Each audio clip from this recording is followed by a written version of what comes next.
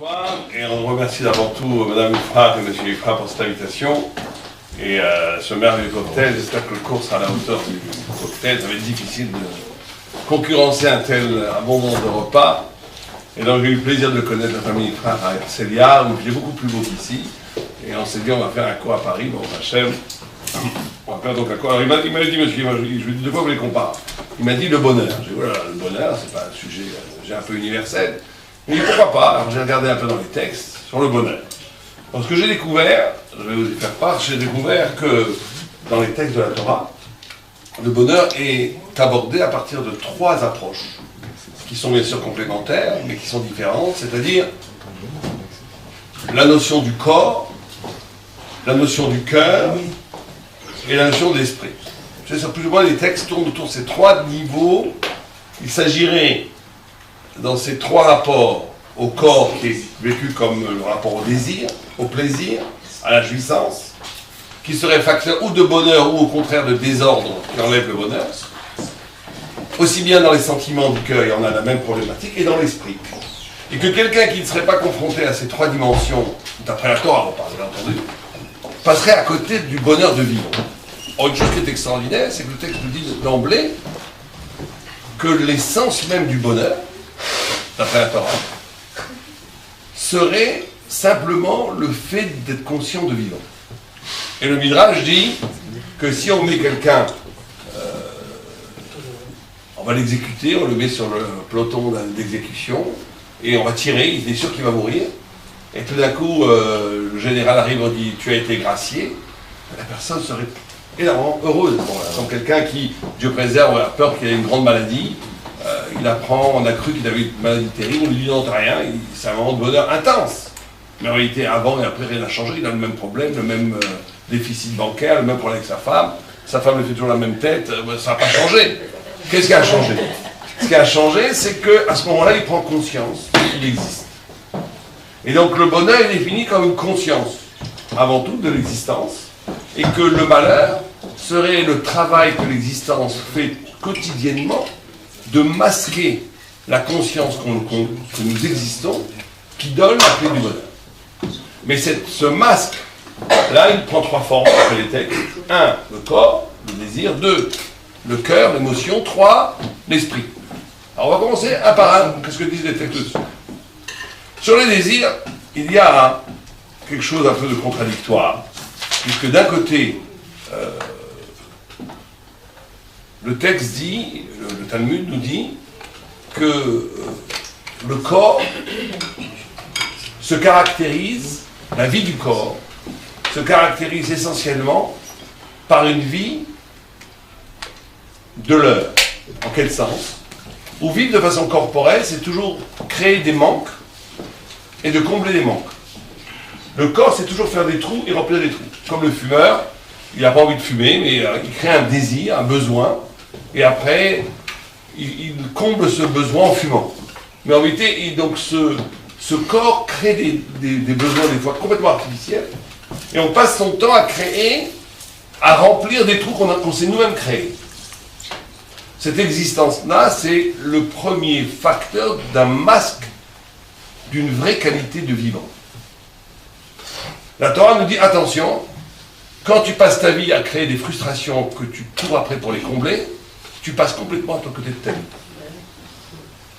Et nous, en Israël, quand on s'occupe de jeunes couples qui venaient dans les milieux religieux, très souvent les jeunes couples se marient après s'être rencontrés 2-3 fois, ou 4 fois, 5 fois, et bon, ça marche très bien, mais au début, il peut y avoir des problèmes, il peut y avoir des disputes. Et quand on se renseigne pourquoi vous disputez, on ne comprend pas très bien.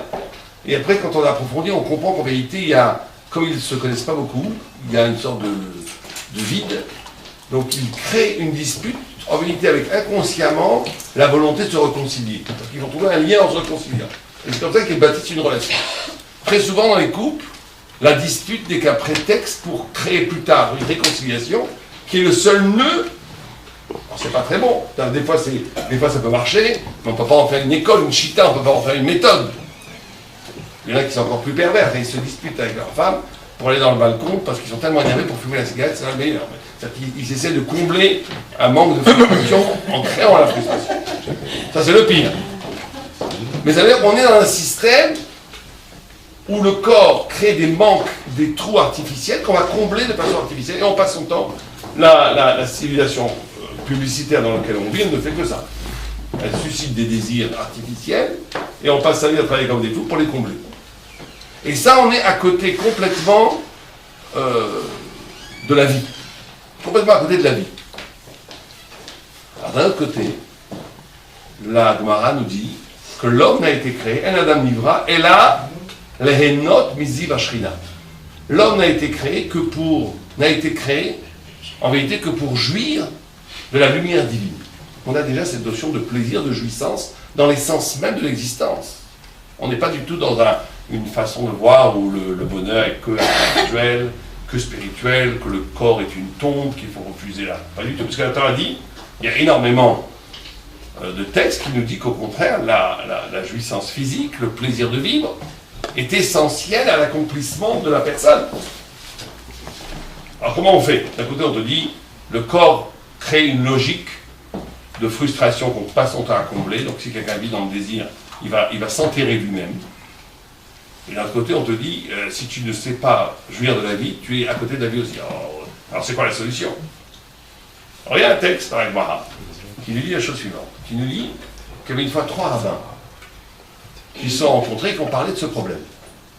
Ils ont dit, comment est-ce qu'on fait avec le plaisir? Qu'est-ce qu'on fait avec un? Il dit, moi, je ne regarde pas, moi, le crâne, bon. Il y en a un, il dit, pas du tout, moi, ça ne me fait rien du tout, j'ai pas de tentation comme ça. Alors les textes disent, c'était pas un homme, il était mort. Il dit non. Il disait que quand, pour prendre un exemple plus politiquement correct, en prenant la nourriture, un tzaddik, un sage, un érudit de la Torah, manger pour manger, ça n'intéresse pas, c'est pas une vache, c'est pas un animal, ça n'intéresse pas. S'abîmer dans la nourriture, ça n'intéresse pas. Même passer, ça n'intéresse pas. C'est Shabbat, c'est un repas de mitzvah. Alors c'est pas genre, oh là, c'est Shabbat, c'est terrible, je vais être obligé de manger. Moi qui suis tellement spirituel, je vais m'abaisser au niveau animal, mais il faut bien le faire. Non, pas du tout. C'est Shabbat, tout son corps s'allume. Tout son désir s'allume. Ça veut dire que le métabolisme du corps est relié au sens. Si ça a du sens, jouir, exalter le corps, c'est magnifique. Si ça n'a pas de sens, c'est une catastrophe. On a déjà la première clé du bonheur. La première clé du bonheur, d'après la Torah, on peut ne pas être d'accord, moi je dis ce que la Torah dit. La première clé du bonheur, serait une capacité de donner à l'exercice même animal de la vie, que ce soit la nourriture, la vie physique, tout ce que vous voulez, mais l'inscrire dans un sens. Qu'en amont, comme une prise électrique, le corps est branché à un sens spirituel qui donne à l'activité physique, organique du corps quelque chose de sublime, qui lui donne du sens, qui lui donne une lumière sublime, une lumière spirituelle. Mais si, comme on dit, il y a le tzaddik, le rachat, il fait une bracha pour manger, pas le rachat, le bénoni, le tzaddik, il mange pour faire la bracha. C'est-à-dire que c'est le sens de la mitzvah qui va donner un sens à la vie physique. Et en réalité, c'est une question, dans les livres de Moussa, la Torah nous enseigne, que c'est une question d'apprentissage. On peut avoir 2 personnes, c'est exactement les mêmes, ils ont le même chapeau, la même barbe, la même physionomie, les 2 sont en train de manger un plat absolument identique, steak frites, ou choula, tout ce que vous voulez, ou couscous. Un, il est en train de sombrer dans l'animalité, et l'autre est à un des plus hauts niveaux qu'un humain puisse accéder. Et nous, dehors, on ne voit pas la différence. Ça va être quoi la différence? C'est le sens de chacun. Ça va être la conscience. Nourrir sa neshama. La conscience. Quelle conscience? La conscience, si quelqu'un... Il y avait une histoire comme ça une fois d'un rabbi qui a demandé aux enfants, à l'école à Jérusalem, c'est quoi la chose la plus importante pour votre père? Un, il avait levé la main, il a dit la prière. Ah, c'est bien. L'autre, il a dit l'étude de la Torah, c'est bien. L'autre, il a dit la tzedaka, c'est super. Un, il lève la main, il dit le tchulent. Bon, ce sera un farad, il aurait dit le couscous, mais il dit c'est un ashkenaz, il dit le tchulent. Tchulent, ça veut dire c'est l'ancien français, cholan, c'est la daf ashkenaz. Bon. Il le regarde comme ça, il lui dit, il voit que c'est le fils d'un très grand rosh yeshiva, d'un grand rab de Jérusalem. fille de moi, ton père, on le connaît, c'est un tzaddik que tu racontes. Il croit, il va même pour le disputer. C'est un insolent. Mais il voit que l'enfant est complètement innocent. Il dit, mais pourquoi tu dis ça? Il dit, très simple, mon père, quand il étudie la Torah, je peux le déranger. Quand il prie, je peux le déranger. Quand il mange le tchoulin, c'est sacré. Personne n'a le droit de lui parler. Derrière, regarde, dans l'éducation, les enfants, ils ne comprennent pas le baratin. Ils voient comment on vit. L'enseignement passe, pas par les grands discours édifiants. L'enseignement, il passe comment on vit. C'est ça qui passe. Il n'y a que ça qui passe. Et donc, ce pauvre homme, qui était sûrement un homme très bien, alors, chez Shiva,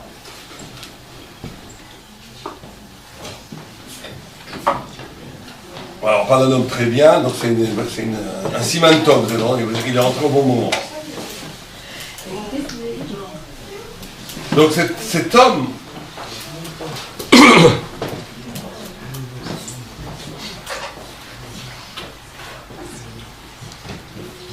cet homme était sûrement un homme très bien. Simplement, il avait besoin, comme très souvent des gens, quand après, c'est très dur d'être chez Shiva, de s'occuper des cours, de s'occuper. Il avait besoin, quand il rentrait de chez lui, de s'oublier, de s'effondrer dans la nourriture.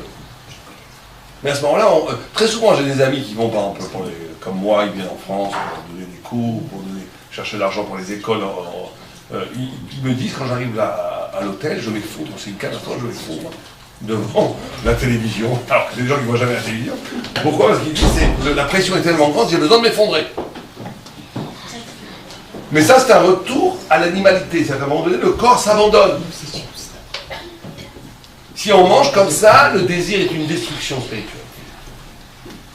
Le deuxième personne qui mange le même steak frites, s'il a comme une conscience quand il mange, il dit, mais qui me donne cette nourriture? C'est juste une conscience. Qui me donne cette nourriture?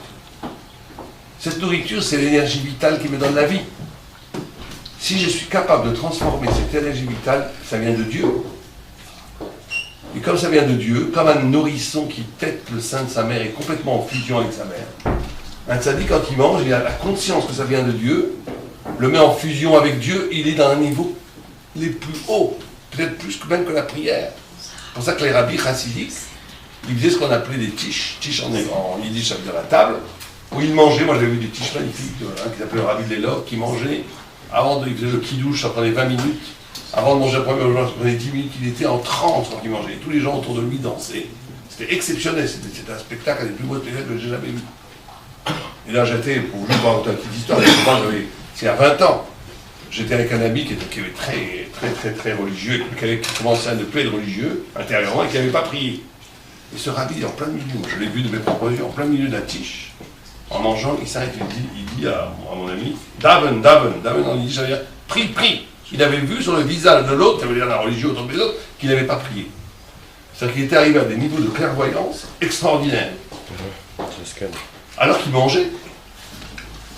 Et donc ça va dépendre d'une conscience. Et c'est un travail sur soi. Un travail sur soi de ne pas se jeter sur la nourriture. C'est pas que la nourriture, c'est tout plaisir physique, toute activité physique. D'être capable d'avoir un rapport de dignité où je donne sens à l'activité physique, c'est ça qui différencie un animal d'un homme quand même, c'est ça. Je donne sens à l'activité physique et je lui donne un sens spirituel.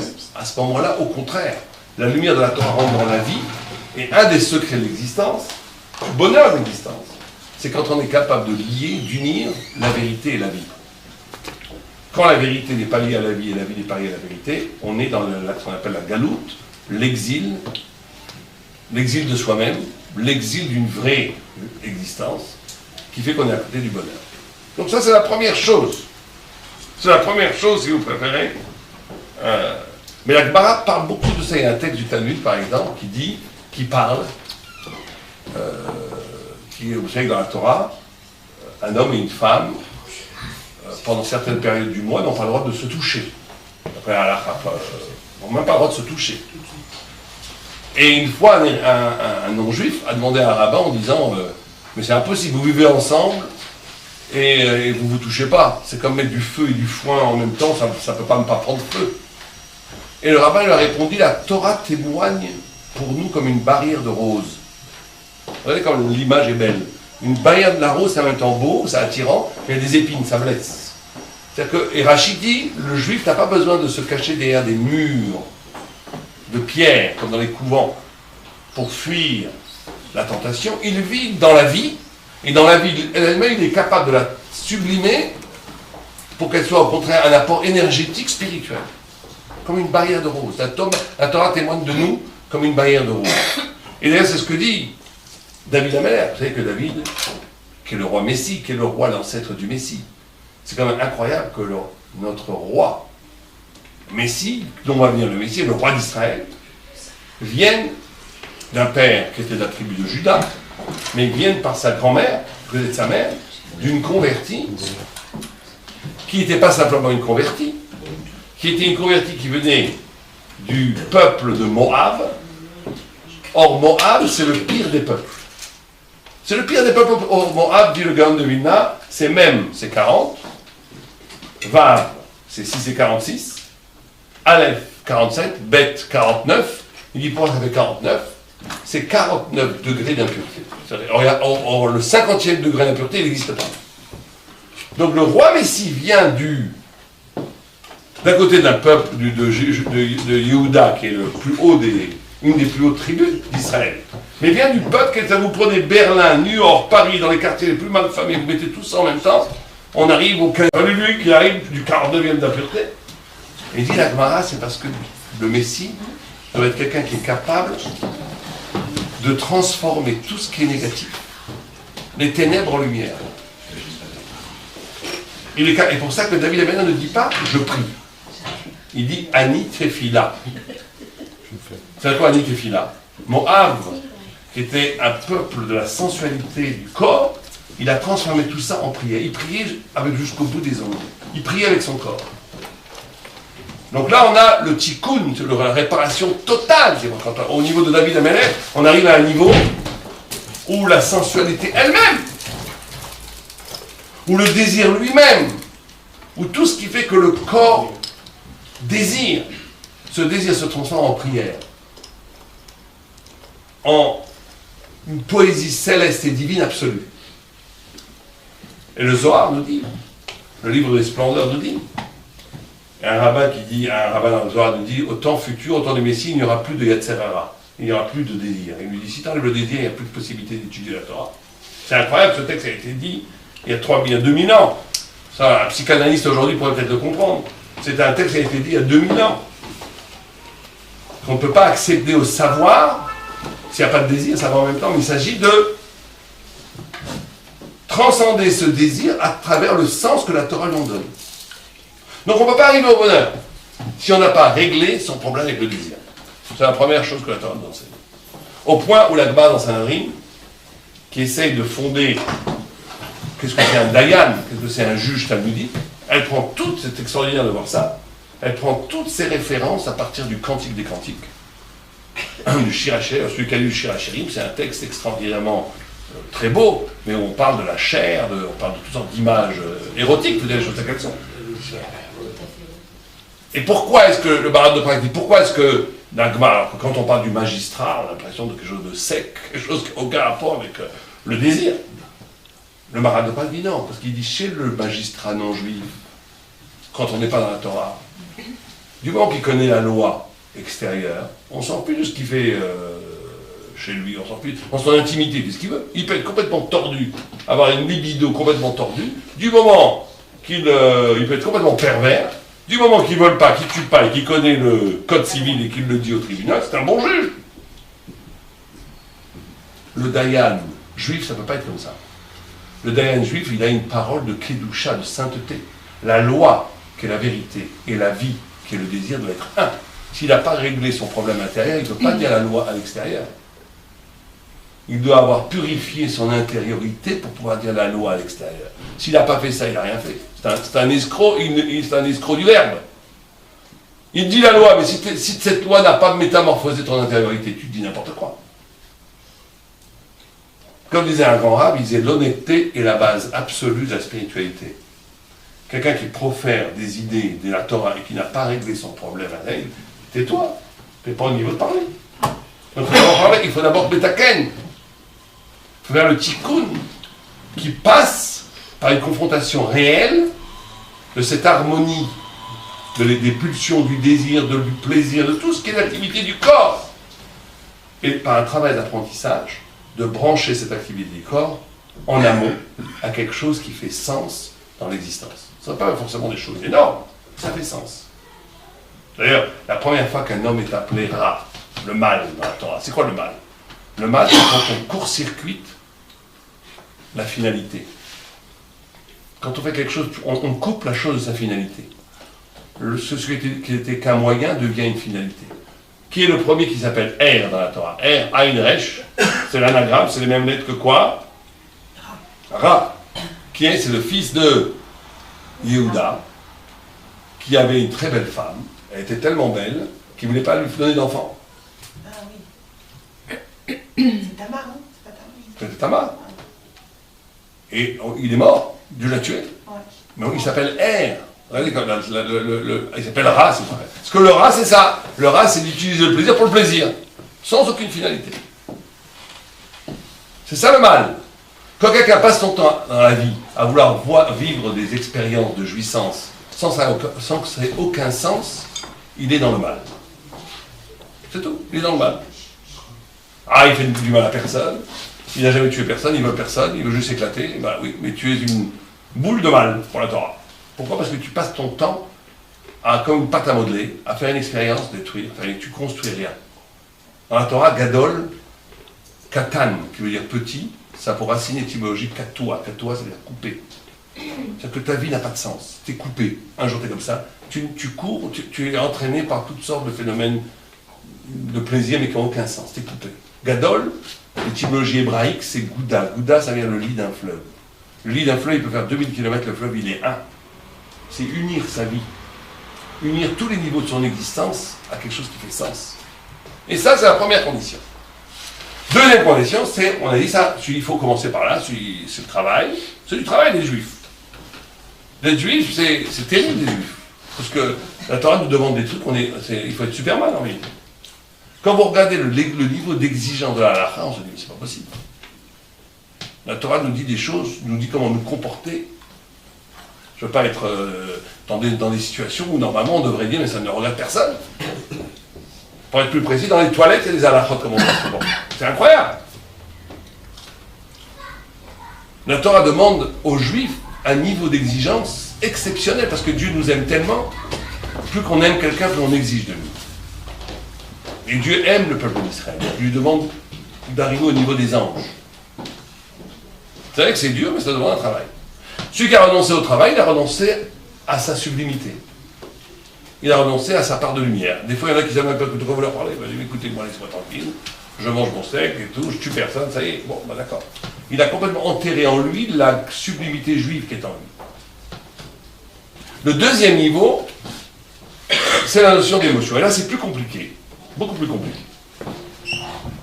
Parce que là, il s'agit d'une harmonie intérieure. L'émotion, si vous préférez, elle passe. Vous savez qu'il y a une grande discussion entre Maïmonide et Nachmanide. Est-ce que Dieu a tout fait dans le monde? Est-ce que Dieu fait tout? Par exemple, je prends ce stylo, je vais le lâcher, il va tomber. On est d'accord? Il tombe. Est-ce que ce mouvement est fait par Dieu? Archimède. C'est pas Archimède. Archimède, c'est la pression sur l'eau. Ça, c'est la loi de la pesanteur, c'est Newton. Mais bon, vous êtes trompé de 2000 ans. C'est vaseux. Donc si on prend ça et on le lâche, ça tombe. Qui c'est qui attire ce stylo vers le bas? La pomme qui est tombée sur Newton, c'est comme ça qu'il a compris la fraction universelle. La loi de la pesanteur. Donc d'où ça vient ça? C'est Dieu qui le fait ou c'est une loi de la nature? Qu'est-ce que vous dites, vous? Bah, on ne peut pas dire autre chose que c'est Dieu qui le fait. La nature. Si. Moi, je pense que c'est les deux. Oh. Bah, si on veut tous les sujets de Dieu, ça peut être. C'est que ça, les deux. C'est que Dieu il a fait la loi de la nature qui marche tout seul après. Non, Dieu a créé la loi de la nature et Et l'homme les hommes a le libre arbitre. Soit Non, je ne parle pas de libre arbitre, je parle là, il n'y a pas de libre arbitre. Ça tombe ça. Que je veuille ou Dieu pas. l'a fait, les hommes l'ont compris. Voilà. Bon. Alors, vous pouvez dire ce que vous voulez, puisque c'est une discussion entre Maïmonide et Nachmanide. Nachmanide, Ramban, il dit que tout celui qui croit en la nature n'a pas de part à Torah Moshe. Et il dit une chose qui nous, qui sont des modernes scientifiques, on a un peu du mal à croire, mais il dit, les lois c'est une illusion. Imaginez que vous avez une femme depuis 40 ans qui tous les jours à 8 h du matin, pile, elle sort pour chercher du lait. Si quelqu'un croit que c'est une loi, mais c'est pas une loi. C'est quelqu'un qui décide tous les matins, Dieu décide depuis des milliers d'années, et des millions d'années physiques, de faire apparaître le soleil comme ça. Bon. Mais ça peut changer du jour au lendemain, il n'y a pas de loi. Il n'y a pas de loi. Et il dit tous les mouvements de papillons, tous les milliards de mouvements il prend l'exemple d'une feuille qui tombe d'un arbre, toutes les circonvolutions d'une feuille qui tombe d'un arbre, tous ces mouvements-là sont faits par Dieu. Tout. Que Dieu étant infini, il n'y a pas de limite à ces possibilités. Il y a des milliards de mouvements de papillons, de poissons. Tout est fait par Dieu. Ça, c'est Narmadi. Vient Maïmonide, il dit il faut laisser tranquille le bon Dieu avec les papillons. Il a autre chose à faire que s'occuper de papillons. Et donc il dit quoi? Il dit un peu comme vous avez dit, que Dieu a créé des lois. Il y a quel cosmos. Ces lois, elles sont créées par Dieu, elles sont intangibles. Dieu, tout simplement, donne une énergie primordiale à tout. Mais ça marche tout seul. Alors tout le monde a crié sur Maïmonide en disant c'est de l'hérésie, il a été influencé par Aristote, par la philosophie grecque. Mais quand on lit attentivement Maïmonide, il rajoute une phrase terrible. Il dit que la providence, la Hashgacha en hébreu, elle est proportionnelle à l'intelligence. Qu'est-ce qu'il veut dire par là? Alors il amène un exemple. C'est lui qui dit, pas moi, il dit vous avez un moustique sur la babouche de Mustapha. Écoutez la suite. Il y a Mohamed en face qui jette un gros glavio. C'est lui qui disait, bon, c'est un peu dégoûtant, mais il y a un gros glavio. Ce gros glavio vient, schlac, tombe et tue le moustique.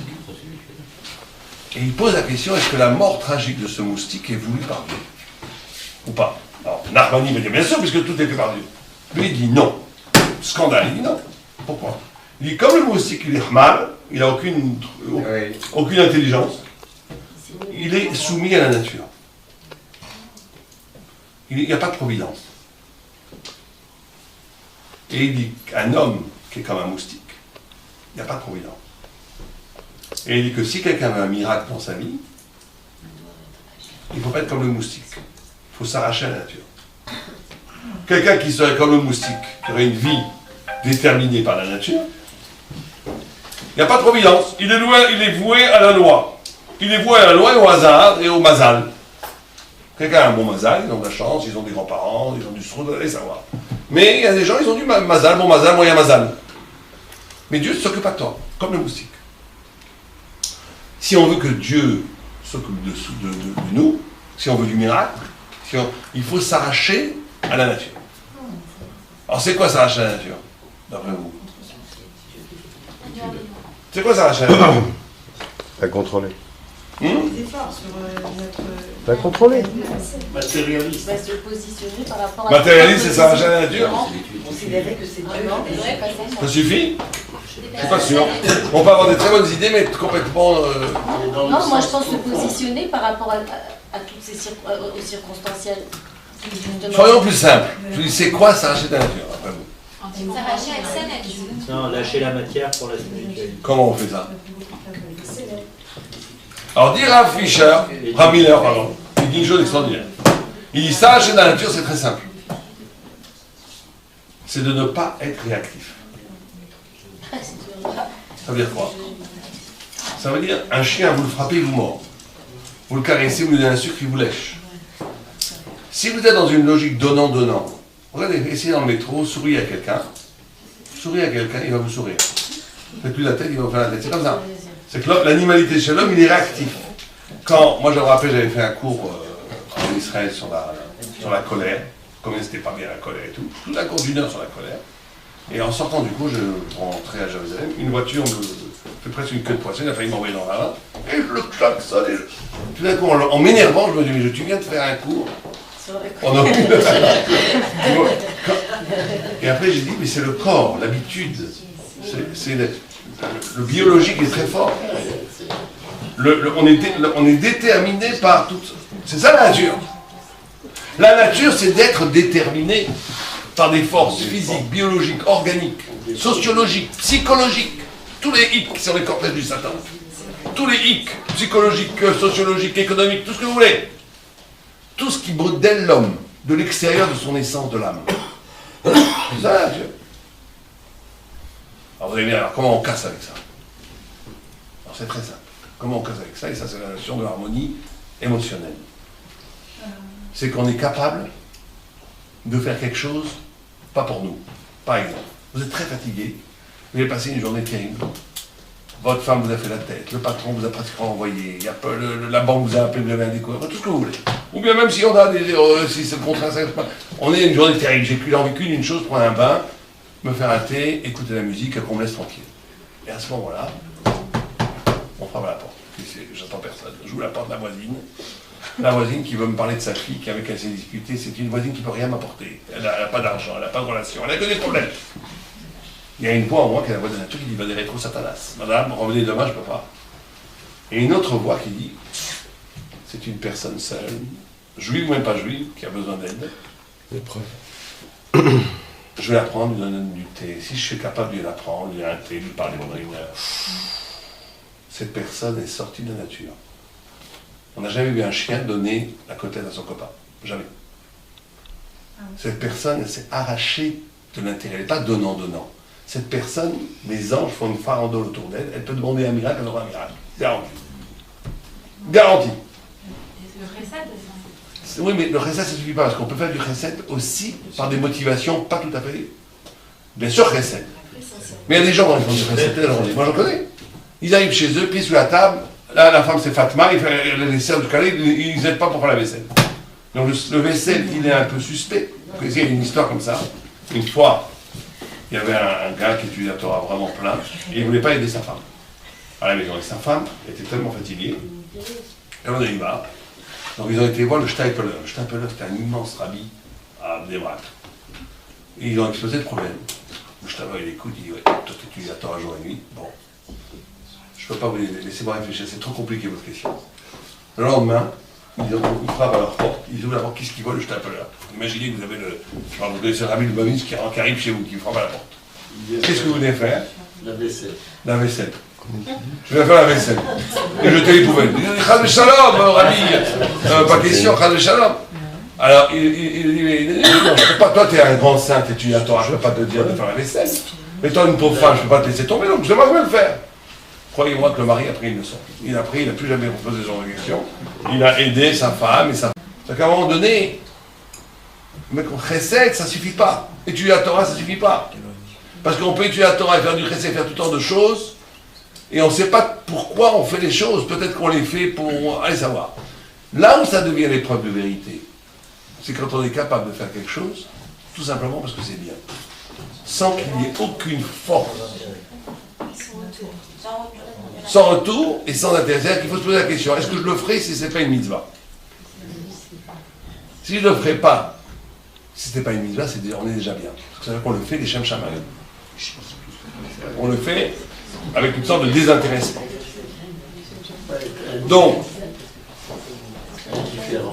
Donc là, le tikkun, le bonheur, quand on arrive à toucher ce niveau, le bonheur, ça devient aussi le bonheur de l'autre. Parce qu'on est capable, on va employer un mot un peu compliqué, mais de se dénucléariser. Le nucléaire, c'est pas que la bombe atomique, c'est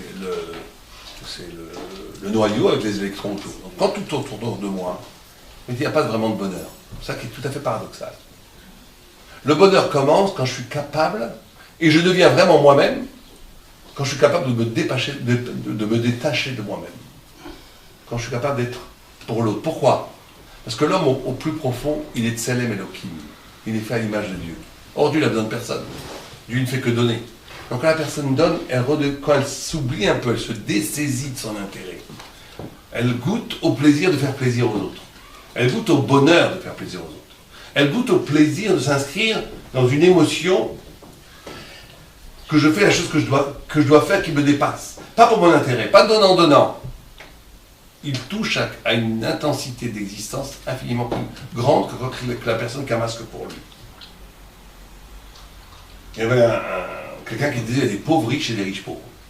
Il y a des riches qui sont pour. Pourquoi? Parce qu'ils ne savent pas jouir de leur argent, parce qu'ils savent pas comment faire. Ils sont dans la crispation, ils ont peur de perdre. Donc ils ne savent pas y vivre. Et il y a des pauvres qui sont riches, qui sont là, surtout pour la pauvreté. Ils aiment faire plaisir, ils aiment offrir. Ils sont beaucoup plus heureux, les pauvres riches, que les riches pauvres. Et donc l'idée du bonheur, ça c'est un bonheur, déjà un deuxième degré de bonheur. Après ce dont on a parlé de l'exaltation de la jouissance physique, il y a l'exaltation de l'émotion du cœur. Et vous savez que ces trois niveaux renvoient à trois niveaux dans l'homme, puisqu'on a la neshama, qui est par rapport à la pensée, on a le roi, qui est par rapport au cœur, et on a le nefesh, qui est par rapport au corps, au acte, parole, pensée, âme, éternité, émotion, énergie spirituelle qui donne au corps. Ces trois sont... Chaque homme a ces trois dimensions. Il y a des gens qui sont plus l'un que l'autre.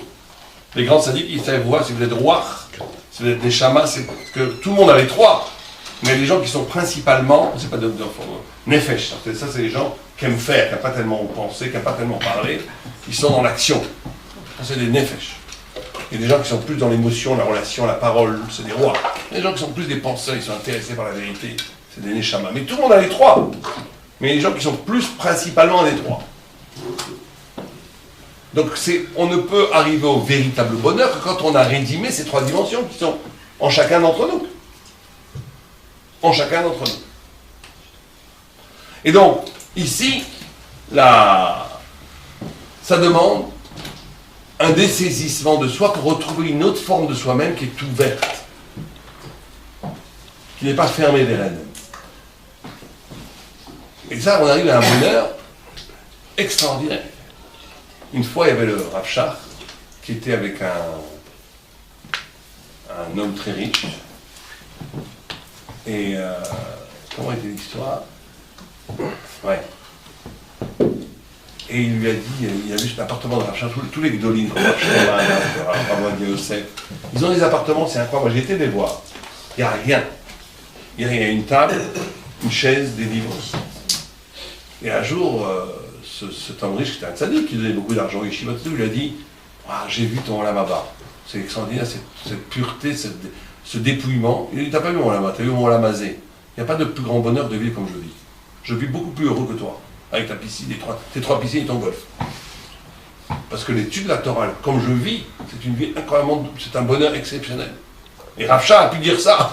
Il n'avait pas peur de dire ça à quelqu'un qui était... Et donc le troisième niveau après, bien sûr, c'est la vie d'esprit, et ça c'est très important, surtout aujourd'hui, où avec la rapidité, le business, le travail, les gens oublient de s'intéresser à la vérité. Or, ce qui fait qu'un homme est homme, c'est justement, vous savez qu'il y a une sorte d'une faute d'orthographe dans la Torah, puisque Vayatser, c'est qu'avec un seul yud. Or quand Vayatser Adam, il y a deux yud. Dans l'homme, il y a deux yud. Pourquoi il y a deux yud? Il y a toutes sortes d'interprétations, que l'homme serait double, il serait le mal, le bien, le haut, le bas, l'homme, la femme. Mais Rashi dit que ces deux yud renvoient à une double dimension dans l'homme, la notion du kafoul, la notion du double, où l'homme, il a une vie. À chaque instant, il peut avoir un niveau de vie complètement terrestre, mais qui a un écho infini, un écho éternel. C'est ce qu'on appelle Olam Hazé, Olam Haba, le monde du futur et le monde d'ici. Mais ces deux mondes-là ne sont pas des deux mondes complètement séparés. Au point où Moïse était arrivé à un tel niveau de sainteté, un tel niveau où chaque moment où il vivait ici avait une double résonance, une résonance dans ce monde-ci, avec tout ce que ça... C'était pas du tout une négation, c'est ça l'originalité de la spiritualité juive. C'est que la spiritualité ne nie pas la vie, elle illumine la vie. Et Moshe Rabbeinu, il est arrivé à un tel niveau de doucha, de sainteté, que quand son heure est arrivée pour mourir, il avait 120 ans, Dieu a dit à l'ange de la mort, va chercher l'âme de Moïse. Et Moïse, il avait le bâton avec lequel il avait la mer rouge, il a vu l'ange de la mort, schlac, il a frappé, caïd, il a monté, il a dit, je peux rien faire, je ne peux pas l'approcher, il n'y a pas de faille. Alors, il a dit, Dieu lui dit, mais parle à son âme qu'elle monte, parce que là-haut, il y a le paradis, sera beaucoup mieux qu'en bas. Donc il redescend, il a peur de Moïse, que Moïse est intouchable. Il est plus fort que l'ange de la mort. Alors il dit à l'âme, viens, là-haut, c'est la lumière infinie. Elle dit, le Midrash, elle dit, mais dans Moïse, j'ai la lumière infinie, j'ai pas besoin d'aller là-haut, j'ai très bien où je suis. Parce que Moïse est arrivé à un niveau de double, à un niveau de vérité, où il n'y a plus de différence entre le monde en haut et le monde en bas. Tout est un. Parce que tout est double. C'est en même temps un moment, un grand. Je ne sais pas si tout le monde a pu peut-être toucher un peu à ça. Où quelqu'un vit un moment, ça arrive des moments, dans des grands moments de bonheur, quand on marie ses enfants, ou à son propre mariage, ou des gens qui ont vécu des expériences, ou un moment, c'est en même temps un moment tout à fait vivant, réel, mais c'est en même temps un moment qu'on n'oubliera jamais, parce que c'était un moment d'éternité. C'est les deux en même temps. Et bien Moïse, il vivait ça tout le temps. Tout le temps. Alors Dieu, il est descendu lui-même faire le baiser à Moïse et pour prendre l'âme vers le haut. Et personne ne pouvait le tuer. Personne ne pouvait le toucher. Personne ne pouvait l'approcher. Et l'âme elle-même ne voulait pas quitter le corps. Là, on arrive à un niveau très important où il faut avoir la notion de soif de vérité. Quelqu'un qui n'est pas intéressé par la vérité, quelqu'un qui n'est pas intéressé par l'étude, par la compréhension, c'est quelqu'un qui est mort. Quelqu'un qui n'est pas intéressé par l'idée, c'est quelqu'un qui, en tous les cas, son niveau de neshama est mort. Le questionnement. Le questionnement, la curiosité, le fait que je veux comprendre ce que la Torah dit et que la vérité dit, ou pas que la Torah dit, mais il faut comprendre. Et ça, c'est fondamental, parce que vous savez, là, on est à un niveau où le vrai bonheur, si on donnait une définition de la joie, alors là, on a un texte tout à fait incroyable. Parce qu'il y a écrit, vous savez que quand Dieu donne les tables de la loi, il y a écrit Charut à la Louchot. Charut, ça veut dire gravé. Gravé sur les tables de la loi. La loi, elle dit, qu'est-ce que ça veut dire Charut? Elle dit, ah, tu crains Charut, et là, Cherut. Cherut, liberté, liberté dans la joie. En quoi la Torah, c'est la liberté? Les 10 commandements, c'est la vérité. Pas tu ne tueras point, tu ne voleras point. C'est très beau, c'est tout ce que vous voulez, mais c'est pas la liberté. La loi, c'est pas antinomique de dire loi et liberté en même temps. Ça dépend pour qui. Voilà, oui, une loi, c'est pas la liberté. En quoi c'est la liberté? En quoi c'est la liberté? Parce que sinon, quand on n'intègre pas de loi, on ne peut pas vivre. Pourquoi pas? Vivons heureux, éclatons de les nudistes, ils disent Non, tout, vivons là, on retourne dans le monde animal, là, dans ce cas. Eh ben c'est très bien, pourquoi pas? Ah ouais. Non, c'est peut-être pas bien, mais en quoi c'est pas être libre? Je suis d'accord avec vous, c'est pas bien. C'est pas moral, c'est pas spirituel. Mais en quoi, il fallait pas dire liberté, il fallait dire vérité, auteur spirituel, tout ce que tu veux, mais en quoi c'est lié à la liberté? La Torah, c'est pas la liberté, au contraire. La Torah, c'est l'esclavage à Dieu, puisque chaque seconde, on te dit quoi faire. Parce qu'on a le libre arbitre. Bon, ça, il y a une réponse qui est comme vous le dites. C'est un texte qui dit, plus tu as de choix, plus tu es libre. Or nous, les juifs, les non-juifs, les animaux, ils n'ont pas de choix, donc ils ne sont pas libres. Les non-juifs, ils ont 7 mitzvahs, donc ils sont libres 7 fois. Nous, on a 613 mitzvahs, multipliés par les rabbins, ça fait 5 000, 10 000, 100 000 mitzvahs, donc ça nous rend incroyablement libres, parce qu'à chaque seconde, on a le choix de faire ou pas faire. Ce qui nous rend libres. Bon, c'est possible, c'est une explication qui est donnée, donc je ne veux pas l'escamoter. Mais je voudrais donner la réponse que donne le Maharal de Prague. Lui, il dit, qu'est-ce que c'est d'être libre? C'est quoi être libre? Il dit, être libre, c'est d'être soi-même, véritablement soi-même. Quelqu'un qui n'est pas soi-même n'est pas libre. Il est manipulé par des identités extérieures qui sont gravées sur lui. Il y a des gens, ils travaillent jour et nuit pour faire de l'argent. Pourquoi? Parce que sa mère lui a dit, tu réussiras mon fils. Et ça fait 30 ans que sa mère tu disais, elle est morte. Et il continue à essayer d'arriver à ce que sa mère lui dise. Bon, c'est pas mal, c'est une bonne motivation, mais il n'est pas tellement libre. Il n'est pas arrivé à lui-même. Il essaie de prouver quelque chose qui n'est pas lui. La liberté, c'est d'arriver à ta plénitude. Qu'est-ce que tu es toi vraiment? Or, quand la Torah dit que la Torah, c'est la vérité, la liberté, elle veut nous enseigner quelque chose. Elle veut nous dire que les mitzvot, c'est pas un fardeau qu'on s'est rajouté, même si c'est un fardeau de vérité. C'est une vérité qui révèle ce que tu es au plus profond. Par exemple, là, un exemple très simple pour comprendre l'idée. Pourquoi est-ce que vous ne massacrez pas un coup de hache votre voisin sur votre droite? Vous allez me dire, c'est pas l'envie qui vous en manque. Pourquoi est-ce que vous ne le faites pas? Est-ce que parce que Dieu a dit tu ne tueras point? Ou parce que vous êtes arrivé à un niveau spirituel, il faut espérer que tout le monde l'ait, parce que c'est quand même un niveau élémentaire, où tuer serait ma propre destruction. Je suis constitué par l'otirtsar, par une tueur à point. Mon humanité refuse que je tue l'autre. Je suis moi-même une tueur à point. Si je tue un enfant, je préfère mourir. Je ne peux pas tuer un enfant. C'est contre mon essence. Parce qu'on comprend, nous, sont une tueur à point. Le tzaddik, il le comprend pour toutes les mitzvot. Il ne peut pas vivre sans les films, il ne peut pas vivre sans Shabbat, il ne peut pas vivre sans... C'est une partie de son essence. Parce que la Torah, et c'est ça le plus haut niveau du bonheur, c'est que quelqu'un qui ferait la Torah parce qu'il est obligé de le faire, c'est bien, mais il ne sera jamais heureux. Parce que être heureux, être dans le bonheur, c'est de comprendre que tu vis ta vie. Si tu comprends que tu peux avoir tout l'argent du monde, tu peux avoir tout ce que tu veux, tu auras peut-être le contentement, mais tu n'auras jamais le bonheur. Le bonheur, même si ta vie est un peu tordue, un peu difficile, mais c'est ma vie. Tu es heureux. Quand tu sens que tu fais pour pourquoi tu as été créé, que tu fais une vie pourquoi tu as été créé, que tu ne vis pas à côté du sens de ta vie.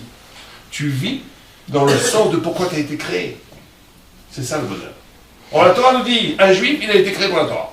Voilà, on peut être d'accord, pas d'accord, mais je vous dis ce que dit la Torah. Donc, comme le juif, s'il ne fait pas la Torah, il ne pourra jamais être heureux, jamais. Parce qu'il sera à côté de lui-même. Parce que la mitzvot, ce n'est pas un surrajout. Les mitzvot, c'est en même temps la parole de Dieu infini, et c'est en même temps la révélation intime de l'essence de chacun d'entre nous. Et c'est ça le plus grand bonheur. Parce que si on n'est que nous-mêmes, comme vous savez, des gens dans la psychologie qui disent l'épanouissement personnel, ça mène que des dépressions. Ça. Pourquoi? Parce que l'épanouissement personnel, à un moment donné, la chair est triste. Le bout de moi-même, c'est quoi? C'est rien. Pas très intéressant.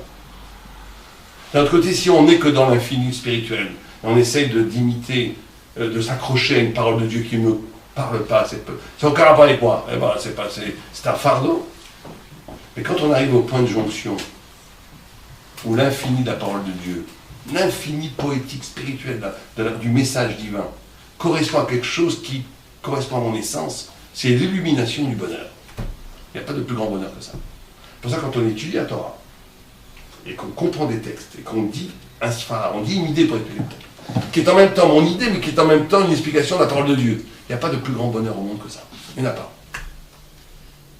Il n'y en a pas. Ça n'existe pas. Parce qu'on est en même temps dans un instant où c'est en même temps moi, mais moi traduit dans l'éternité, dans l'infini, dans la vérité. Et tant qu'on n'a pas fait cette jonction entre les deux, on n'est pas dans l'absolu niveau du bonheur. C'est le troisième niveau, c'est le plus haut, le plus dur. Mais ça renvoie en vérité, cette notion, cette pratique du bonheur, elle renvoie à une question beaucoup plus profonde, beaucoup plus philosophique si vous préférez. Vous savez que quand on discute avec les hérétiques, on aime bien discuter avec les hérétiques, parce que ça fait la discussion. Au bout du compte, on arrive toujours à une seule discussion. Toujours. Quand je vais en Israël, quand on discute, vous savez, on a beaucoup de discussions à la gauche, là, les laïcs qui veulent abolir la Torah. On a des discussions très sympathiques en Israël, c'est très sympa, mais c'est des discussions beaucoup plus violentes qu'ici. Aucun rapport. Ici, les gens sont polis, là-bas, c'est la guerre. Mais sympa. Et moi, j'avais été dans un colloque avec un grand universitaire israélien très sympa. C'est très rigolo parce qu'il y avait il y avait un prêtre qui était à ma droite, qui était lui de mon côté. Mais moi, je n'avais pas vu tout ça, et tout d'un coup, on est devenu moi et le juif, on a eu une sorte de complicité. On voyait comment la notion du juif dépassait même les idées. Mais bon, on a compris qu'on est arrivé à un seul point en vérité de discussion. La discussion, c'est qu'est-ce qui est avant. Tout le monde est d'accord qu'il y a de l'esprit, et tout le monde est d'accord qu'il y a de la matière. Tout le monde est d'accord. Tout le monde est d'accord que l'homme n'est pas que matière. Et tout le monde est d'accord qu'il y a de la matière dans l'homme. Mais la grande discussion, la vraie discussion, c'est qu'est-ce qui est avant. Vous savez qu'aujourd'hui, les scientifiques qui pensent qu'au début, il y avait une sorte de boule d'une énergie infinie, dans un tout petit point infinimal, qu'on appelle le Big Bang, qui était de l'énergie pure, qui s'est dilatée. En se dilatant, il s'est refroidi. Ces premiers refroidissements ont fait la première matière. Cette matière a créé une loi de la gravitation universelle, qui ont créé les premières galaxies, etc. Les molécules, les premiers atomes ont fait des molécules ont fait du minéral, le minéral ont fait du végétal, du végétal ont fait de l'animal, l'animal à un moment donné, une sorte de singe homme s'est levé, a levé la tête, il a commencé à parler, à comprendre, à la fin on arrive à la parole, aux idées, et au bout de la pyramide on arrive à Dieu. dans ce système, tout à l'origine est matière. Même la spiritualité est enfantée par la matière. C'est ce que disent les scientifiques quand ils disent « Nous sommes les fils de la poussière d'étoiles ». Qu'est-ce que nous on dit? On dit exactement le contraire. On dit « Istakla beoraita, vebara et alma ». Dieu a créé la Torah avant le monde. Alors vous allez me dire, qu'est-ce que c'est important? Qu'est-ce qui soit avant? C'est les deux à la fin. Qu'est-ce qu'on s'en fiche que la matière soit avant l'esprit ou l'esprit avant la matière? C'est très important. Très important. Pourquoi c'est très important? Parce qu'une fois, je discutais avec un artiste très sympa, un peu connu, je veux dire son nom, un juif. Et à la fin, il m'a sorti, je n'avais pas réfléchi en français, il m'a sorti une phrase qui m'a bloqué. Il dit, mais laisse-moi tranquille. Il dit, toi, tu es rabbin, tu t'éclates en étant rabbin. Moi, je suis peintre, je m'éclate en étant peintre, parce que chacun est heureux. Pas besoin d'être à faire la Torah. Sur le moment, je lui ai dit, il a raison. Je dis, non, mais chacun fait ce qu'il veut, pourquoi pas? Après, j'ai réfléchi par rapport à ça. J'ai dit, si on est dans la première configuration, que tout est matière à l'origine, et que la matière, en se développant, parce qu'aujourd'hui, on vous transforme une carotte en lapin, c'est une question de temps. Le nouveau Dieu, c'est le temps. En 13 milliards d'années, on peut vous transformer une carotte en lapin, en éléphant, ce que vous voulez. Bon, très bien, imaginons que c'est possible. Mais si tout est, avant tout, tout est matière, et que la spiritualité n'est qu'un produit de la matière, il a raison. Il a raison. Chacun fait ce qu'il veut. Toi, tu as une molécule qui a eu un parcours qui est avec ta fille rabbin. Moi, j'ai une molécule qui a un parcours de 13 milliards vers 700 ans qui a fait un artiste, et l'autre, ça fait un criminel, et l'autre, ça fait un Hitler, et l'autre, ça fait un Moshe. Mais dans ce cas-là, il n'y a plus de différence entre Moshe et Hitler. Parce que chacun est déterminé par un parcours de la matière qui a créé des figures spirituelles. Il n'y a plus de différence. On ne peut pas jouer avec les mots. Si tout est matière, donc tout est produit d'une histoire de la matière, alors il n'y a pas de différence ontologique essentielle entre un méchant et un gentil. Parce que tout est une question de combinaison. Mais si on dit le contraire, on n'a pas le temps de parler de ça, ce scénario est impossible. Parce que la matière ne peut pas créer quelque chose qui est supérieur à la matière. C'est impossible. Mais bon, ça serait une autre conférence. Mais la matière ne peut pas créer de la spiritualité, c'est impossible. Ça n'existe pas. Mais donc si on est dans le deuxième scénario, Istakla beoraita vebara et alma. Alors c'est plus du tout pareil. C'est-à-dire que chaque personne est créée pour quelque chose. Tu ne peux pas dire, moi je veux pas matériel. Tu peux toujours dire ce que tu fais, ce que tu veux, mais sache que tu trahis l'essence de pourquoi tu as été créé. Il y a une essence avant l'existence. Ce n'est pas l'existence précède l'essence. C'est l'essence précède l'existence. Et donc dans ce cas-là, tu es libre. Mais sache que l'enjeu de ta liberté, c'est quoi? Ou de détruire ton essence, ou au contraire, de l'exalter, de la concrétiser, de l'épanouir. C'est ça l'essence, c'est ça la liberté. Mais sache ce que tu fais. Tu veux être un rachat, tu veux faire... Très bien, mais sache ce que tu fais. Si Istakla beoraita vebara et alma, de choisir une vie qui va contre ton identité profonde juive des mitzvot, c'est de détruire ton essence. Et donc on est là dans cette problème. Et donc et la Torah a dit le bonheur, c'est quoi? C'est que quand on arrive à un moment donné à un niveau où je sens que je suis en train de faire une existence qui correspond à Istakla beoraita. Parce que quand Dieu a créé la Torah avant, je sens que j'ai une existence qui correspond au pourquoi Dieu m'a créé. Là, on arrive dans le vrai bonheur. Et c'est vrai qu'on y arrive très souvent par l'étude de la Torah, par la prière, par des exercices spirituels. On ne peut pas y arriver comme ça par une pensée. Ça demande un travail initiatique, mais qui fait qu'on arrive à des niveaux de bonheur inimaginables quand on reste dans le monde de la matière. Et il y a cette notion, vous savez qu'il y a une histoire il n'y a pas longtemps extraordinaire à Abdéma de lien, de correspondance entre la vie. Il y avait une fois un homme qui avait une balafre, comme ça, terrible, un jeune homme. Et c'est dans les milieux religieux, encore une fois, comment est-ce qu'on se marie? On ne va pas draguer dans les boîtes de nuit, donc comment on se marie? Donc les familles se renseignent, ils voient que, on appelle les chidours.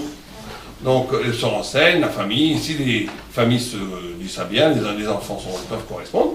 Quand vous allez dans les hôtels à Jérusalem, vous avez vu, vous avez des chapeaux, des jeunes filles, partout qu'ils sont assis, on se demande ce que c'est les chidours. Les chidours, ils se rencontrent, ils voient une fois, 2 fois, 3 fois, 4 fois, 5 fois, 6 fois.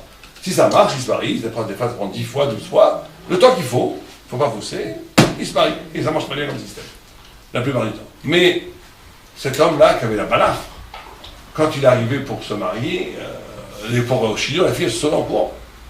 Il a fait 1, 2, 3, 4, 5, 10 chidours, il n'en pouvait plus, il n'en pouvait plus. Il dit jamais je vais me marier. il a été voir Raphaël Kanievski. Comment? Faut changer de. L'homme qui rit. Comment il fallait faire une opération esthétique peut-être? Non, changer de femme si elle veut pas. Mais non, mais il ne trouvait pas de femme. On va changer. Il ne trouvait pas de jeune fille. J'en ai 10 fois, il a vu.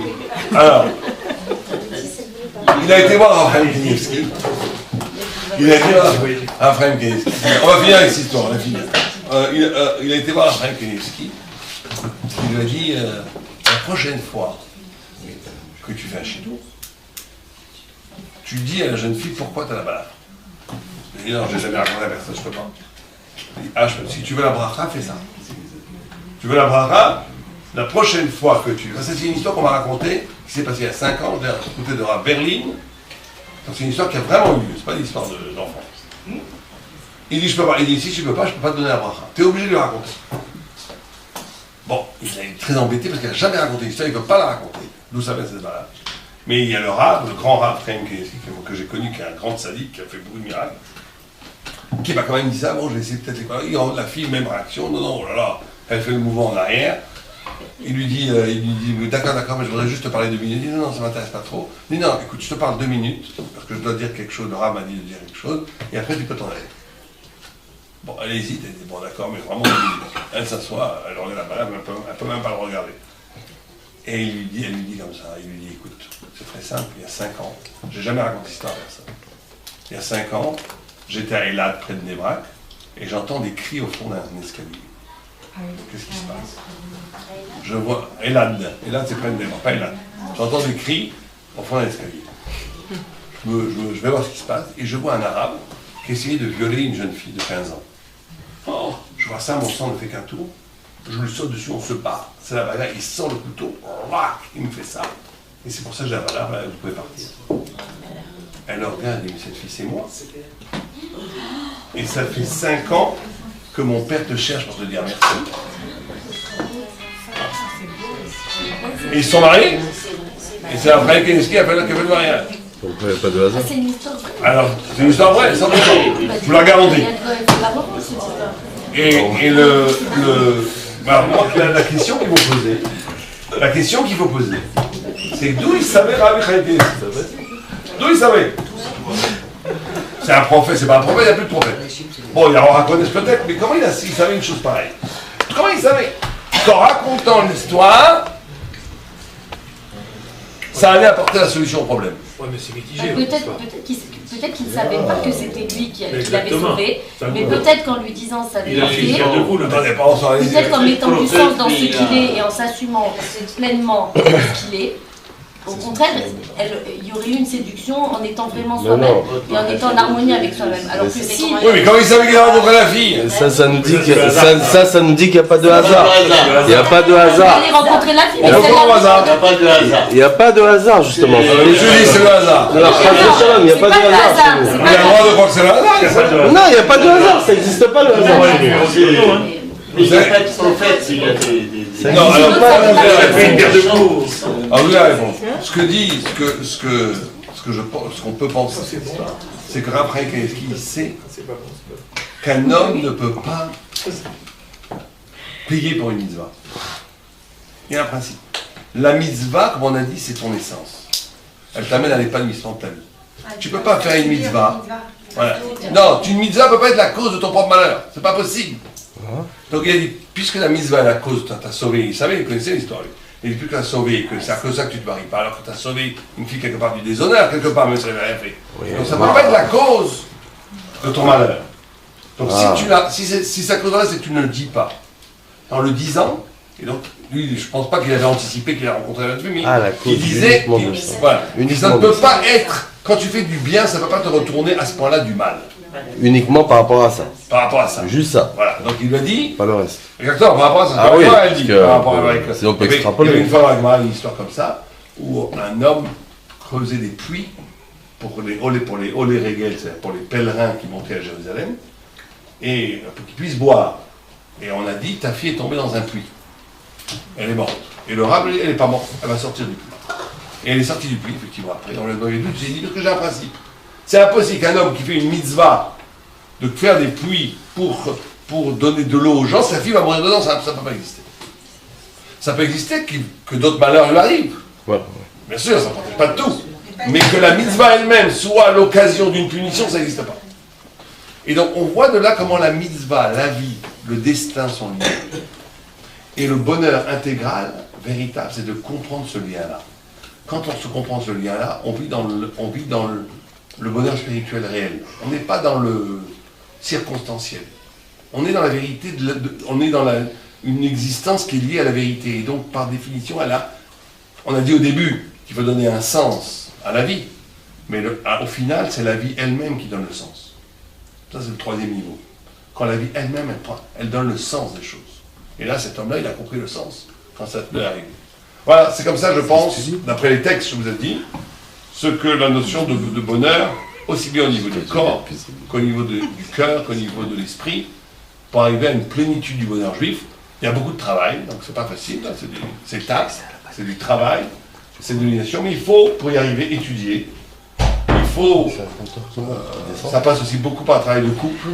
C'est très très important que les couples étudient quotidiennement les lois, par exemple les lois sur la shonara ou les lois sur le bonheur du couple, les lois sur le chesed.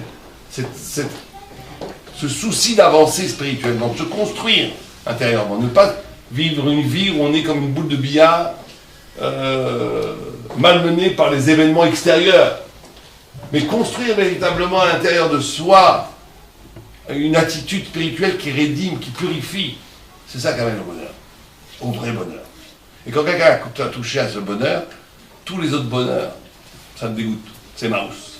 C'est même plus intéressant. Le club mail, ça lui fait vraiment pas envie. Mais c'est un travail. C'est un travail qu'il faut savoir faire. Et voilà, c'est ce que la Torah dit sur le bonheur. On va prendre 5 minutes pour des questions peut-être. Il y a des questions. Il n'y a pas de questions, c'est clair comme l'eau rouge. Pourquoi on ressent alors, des fois on peut passer une vie à avoir des moments très heureux, que de plaisir et d'être heureux. Des fois on n'arrive pas à faire une mitzvah, c'est dur. Pourquoi alors c'est si dur que ça? Si c'est vraiment la vérité, si c'est vraiment le bonheur. C'est dur parce que de toute façon, le bonheur et le fait que ça soit dur et le bonheur, ça va ensemble. Parce que très souvent le bonheur vient avec le sentiment d'avoir accompli quelque chose qui était difficile à accomplir. Ah d'accord. Si on n'est pas dans un effort, on ne peut pas avoir de bonheur. Mais on peut avoir du contentement, du kiff. Mais le kiff, c'est pas le bonheur. Mais on ne peut pas être dans un bonheur constant, ça n'existe pas ça. Les grands sadiques, ils sont dans un bonheur constant. Constant. Au point où on est demandé... C'est pas des moments le bonheur, c'est pas des moments intenses, des pics. C'est une propension en soi. C'est une conscience. On a dit... Mais constant, alors après qu'est-ce qu'il y a au-dessus alors? Non, des niveaux dans la simcha. Ah voilà, il y a des niveaux. Mais il est toujours en bonheur. Au point où on a posé la question à Rabbi Kotz, on a dit, mais comment tu veux que je sois? Il y a écrit, Léolam, la voix d'Hachem et Simcha. Toujours être dans la joie. Comment tu veux que je sois dans la joie de Shabbat? Il dit, sois dans la joie de pleurer. Et j'avais vu un comédien, il m'a dit, c'est extraordinaire ce que tu dis, parce que les grands comédiens, ils vont vraiment pleurer. Mais ils ont un bonheur intérieur de pleurer. Bon, c'est dans la comédie. Ils arrivent à avoir cette excitation. Tu pleures sur le temps, vraiment. Mais tu es heureux de comprendre que tu puisses pleurer pour le temps. Il n'y a pas la simcha. La simcha, la simcha, on a dit, c'est la conscience d'exister, la conscience de toucher au sens. Alors cette conscience-là, elle peut être même dans le malheur. Oui, parce que dans le malheur, on ressent les fois ça. Beaucoup plus fort que dans le... On ressent l'existence. Ouais. Il y a encore des questions ou pas? Je dis une chose, juste pas la dernière fois, juste une chose, au cas où il y en a qui veulent faire leur alia et qui ne sont pas trop décidés. Ah ça c'est un autre sujet, l'alia. Une chose sur l'ego, que ici il y a beaucoup de choses qui flattent notre ego et c'est pour ça qu'on n'arrive pas des fois à partir. Je ne sais pas, vous avez fait un rapport entre l'ego... C'est possible, je ne sais pas. Mais ça, il faut chaque cas après, pour monter en Israël, c'est... L'opéra, les bons vins, le restaurant, tout ça, c'est notre ego qui est flatté, on a peur de... En Israël, vous avez plein de bons vins maintenant. Il y a tout ce qu'il faut en Israël. Vous habitez en Israël? Oui, j'habite en Israël. Alors je prends juste une minute avec la malédiction de chez Ifra. La Tour Eiffel. Juste, je ne veux pas vous embêter avec ça, mais juste on fait ça, je le fais, parce que j'ai aussi une école à Jérusalem de 26 élèves à plein temps et de 26 élèves, 24 élèves à plein temps et 26 élèves le vendredi. 27? Non, 24 à plein temps et 26 le vendredi après-midi pour aider les gens pour Shabbat. 24, vous faites court ou il en manque 2? Mais non, c'est pas les mêmes. C'est pas les mêmes. 26. Bon, c'est 24 élèves qui étudient à plein temps et 26 le vendredi après-midi. C'est ce qu'on appelle un collège. Ce qu'on appelle un collège, ça s'appelle le collège de l'Icha. Et c'est une école exceptionnelle où les gens étudient de façon fabuleuse. C'est des gens très très haut niveau d'études. On a créé ce collège il y a à peu près 3 ans. Au début, il était financé par un homme très très riche, qui nous a donc financé pendant 2 ans sans qu'on ait besoin de trouver quoi que ce soit. Au bout de 2 ans, on a considéré qu'on devait voler de propres ailes. Donc le collège continue avec des miracles, on a trouvé des financements ailleurs. Tout celui qui veut, c'est une très grande mitzvah. C'est un collège fabuleux, vous pouvez bien le visiter à Jérusalem, à Rechav Arida Vegan. Il y a des serfas ici, Madame Dandus qui est la secrétaire de l'association ici, qui est de collège. Et là, voilà, donc chacun fait ce qu'il veut, ce qu'il peut, il n'y a pas du tout d'obligation, je ne voulais pas vous mettre mal à ça, mais on est obligé aujourd'hui, dans la mesure où on doit trouver des financements, de solliciter les personnes qui veulent, ceux qui veulent, il y a une possibilité de prendre une journée pour du collège et faire la prière pour un proche disparu, ou bien pour la santé, ou pour la parnassa, ou prendre un avraire un mois, ou prendre un avraire un année. Chacun peut faire ce qu'il veut, de 0 à Ensof, ça sera une grande mitzvah, et c'est un argent très pur, qui est utilisé purement pour la Torah. Et on a vu énormément de miracles, ce collège peut continuer à exister. Moi, quand le jour où la personne qui a financé exclusivement le collège a arrêté, j'étais persuadé que c'était la fin du collège. J'ai dit, je ne pourrais jamais trouver ces sommes-là. Et j'ai été voir justement après Michael Kineski et d'autres Rav Shteman, qui m'ont dit, t'en fais pas, ton collège ne peut pas mourir. Et ça s'est exactement passé comme ça. Il y a eu, on a trouvé de façon même miraculeuse des sommes, des gens à droite, à gauche, et ça continue comme ça, simplement. Voilà, on nous donne l'occasion de participer à cette magnifique mitzvah, d'aider des abrechim qui étudient la Torah toute la journée, pour 24, et d'autres qu'on aide pour Shabbat. On lieu de leur donner de l'argent juste Shabbat, on les fait étudier pendant 2 heures, vendredi matin, un quart d'heure de cours et un quart d'heure de Teilim qu'on dit pour le peuple d'Israël. C'est un endroit absolument fabuleux au niveau de la Kedusha. Tous ceux qui veulent aider aura une bracha, Bezrat Hashem. On a des serfas, on a des serfas. Voilà. Que Dieu vous bénisse. Et si quelqu'un ne veut pas, c'est pas grave du tout. Sentez-vous très à l'aise. C'est très pénible de demander de l'argent pour Israël. Il faut le faire, parce que sinon, c'est comme ça que ça marche l'économie. Et que Dieu vous bénisse tous et que des bonnes choses pour tout le monde. Amen. Je sais pas comment on arrêtera, on rappuie un coup.